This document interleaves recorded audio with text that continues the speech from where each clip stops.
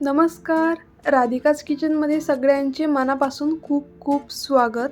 तर आजची रेसिपी सगळ्यांची फेवरेट रेसिपी असणार आहे. तर आज आपण बनवतोय मटारची कचोरी. तर चला मग लगेच रेसिपीला सुरुवात करते. तर सगळ्यात अगोदर आपल्याला कचोरीसाठी कणिक भिजवायची आहे. त्यासाठी मी 1 कप मैदा घेतला. त्यानंतर अर्धा कप गव्हाचं पीठ घ्यायचं.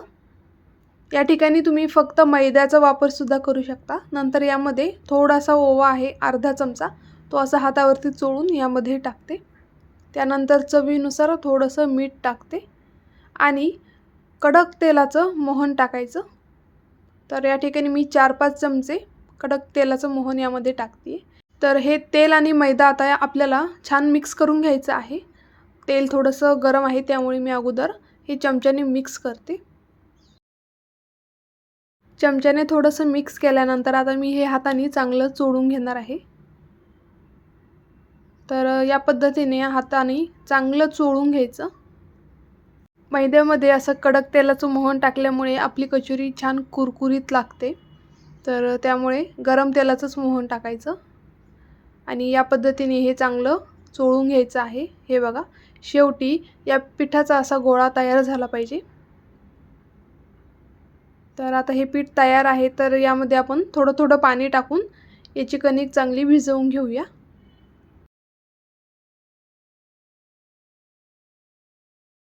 याचा आपल्याला थोडंसं सैल पीठ भिजवायचं आहे, जसं आपण चपातीसाठी भिजवतो. खूप जास्त घट्ट नाही भिजवायचं. तर थोडं थोडं पाण्यामध्येच मी हे कणिक भिजवून घेणार आहे.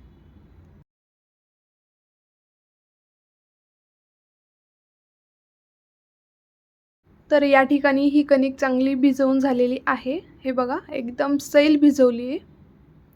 तर आता ही कणिक आपल्याला 20 ते 25 मिनिटासाठी अशीच झाकून बाजूला ठेवायची आहे. तोपर्यंत आपण मसाला तयार करूया. आणि हे बघा, 1 ग्लास पाणी घेतलं होतं, त्यातलं अर्ध्या ग्लासाला कमी पाणी उरलं आहे.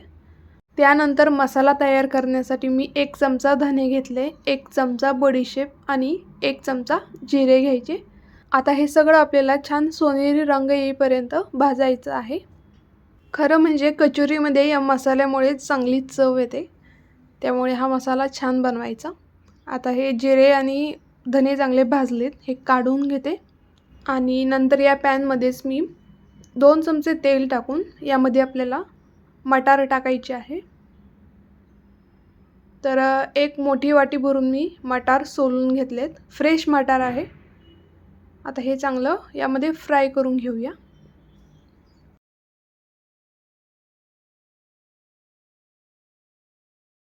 नंतर यामध्ये टाकायची आहे हिरवी मिरची आणि लसूण. तर 4 हिरव्या मिरच्या घेतल्यात. मिरची अशी 2 भागामध्ये कट करून यामध्ये टाकते, कारण ती फुटल्यावर बाहेर उडू नये म्हणून. आणि यानंतर थोडासा लसूण टाकायचा आणि चवीनुसार थोडंसं मीठ टाकायचं. आता हे सगळं आपल्याला चांगलं मिक्स करून घ्यायचं आहे आणि गॅसच्या लो टू मीडियम फ्लेमवरती आपण हे 4 ते 5 मिनटं फ्राय करून घेऊया. तर हे मटार फ्राय होते तोपर्यंत आपण बाकीचा मसाला तयार करू. तर मिक्सरच्या भांड्यामध्ये आपण हे धने आणि जिरे बारीक वाटून घेऊया आणि यामध्येच मी 1 टीस्पून लाल तिखट टाकते आणि थोडीशी हळद टाकायची आणि थोडीशी काळी मिरीची पावडर टाकायची, किंवा तुम्ही धने आणि जिरेसोबतसुद्धा काळी मिरी भाजून घेऊ शकता. आता हे बारीक वाटून घेतलेलं आहे. हे बघा, खूप जास्त बारीकसुद्धा नाही करायचं, थोडंसं बारीक कण असले पाहिजे, म्हणजे रवाळ असलं पाहिजे. तर हा मसाला आता तयार आहे आणि इकडे आपले मटारसुद्धा चांगले फ्राय झालेले आहे. तर आता गॅस बंद करते आणि हे मटार थोडेसे थंड झाल्यानंतर आपल्याला हे मिक्सरमध्ये बारीक वाटून घ्यायचं आहे. हे मटार थोडेसे थंड झालेत, तर मिक्सरच्या भांड्यामध्ये आपण हे लगेच वाटून घेऊया आणि यामध्ये मी थोडीशी कोथिंबीरसुद्धा टाकणार आहे. तर हे बघा, खूप जास्त बारीक नाही केलं, थोडंसं जाडसरच ठेवलेलं आहे, म्हणजे ते खाताना दाताखाली छान लागतं. एका वाटीमध्ये काढून घेतलं, त्यामध्ये आपण हे मसाले बारीक करून घेतले होते ते सुद्धा यामध्ये ॲड करते.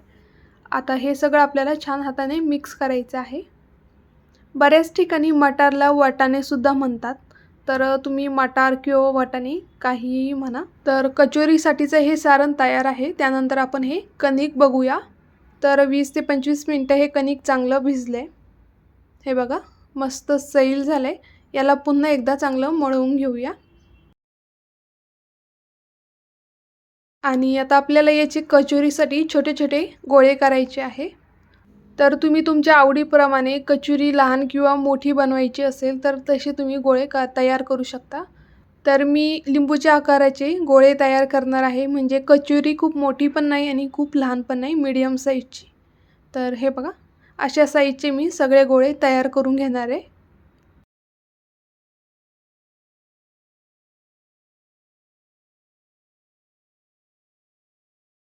तर मी इथे 4-5 गोळे तयार केलेत. तर कचोरी बनवायला सुरुवात करूया.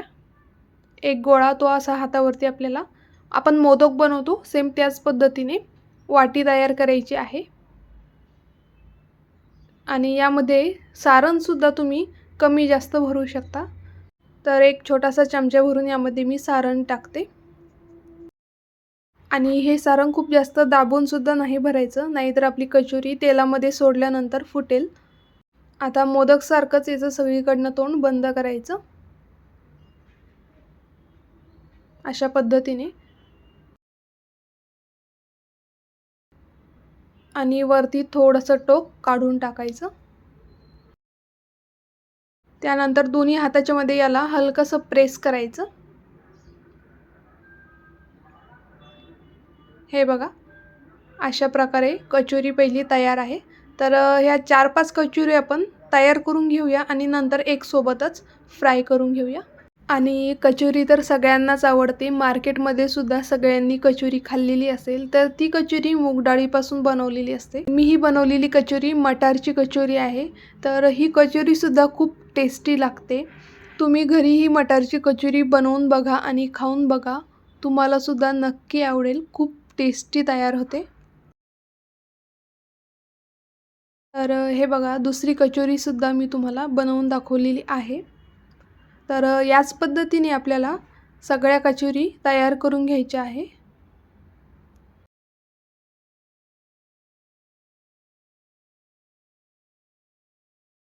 मी 5 कचोरी तयार करून घेतल्यात आणि तेलसुद्धा गरम झालेलं आहे. तर आपण तेलामध्ये या कचोरी फ्राय करून घेऊया.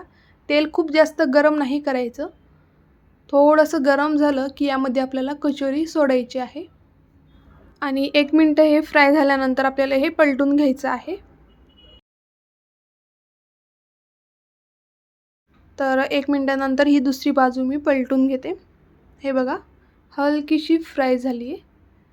आणि गॅसची फ्लेम आपल्याला एकदम लो ठेवायची आहे. थोडीसुद्धा मीडियम किंवा हाय नाही करायची. कारण मीडियम किंवा हाय फ्लेमवर जर कचोरी ही फ्राय केली तर ती व्यवस्थित फुगत नाही आणि छान क्रिस्पीसुद्धा लागत नाही. तर एकदम लो फ्लेमवरतीच ही कचोरी मी फ्राय करून घेतलेली आहे. हे बघा याचा कलरसुद्धा किती छान आला आहे आणि पुरीसारखी छान टम्म फुगली आहे. हे बघा. तर आता ही कचोरी काढून घेते आणि बाकीची कचोरीसुद्धा मी अशीच फ्राय करून घेते.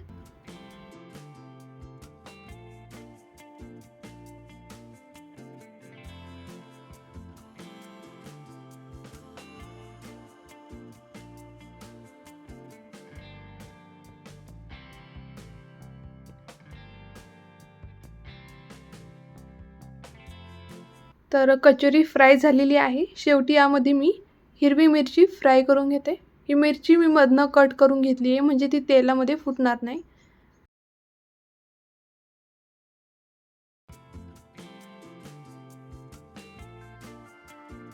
तर अशा सोप्या आणि झटपट पद्धतीने आपली मटार कचोरी तयार झालेली आहे. एक कचोरी मी तुम्हाला तोडून दाखवते. आतमधलं स्टफिंगसुद्धा बघा किती छान झालं आहे. हे बघा खूपच मस्त कचोरी तयार झालेली आहे. तर तुम्हीसुद्धा ही मटार कचोरी नक्की बनवून बघा आणि कशी झाली आहे ती मला कमेंट करून कळवा. तर तुम्हाला माझी आजची ही रेसिपी आवडली असेल तर व्हिडिओला लाईक करा, शेअर करा आणि माझ्या चॅनलला सबस्क्राईब करा. आणि खाली दिलेल्या बेल आयकॉनवर क्लिक करा म्हणजे तुम्हाला माझ्या येणाऱ्या सर्व रेसिपीजचे नोटिफिकेशन मिळतील. तर पुन्हा भेटूया अशाच एका छान रेसिपीसोबत. धन्यवाद.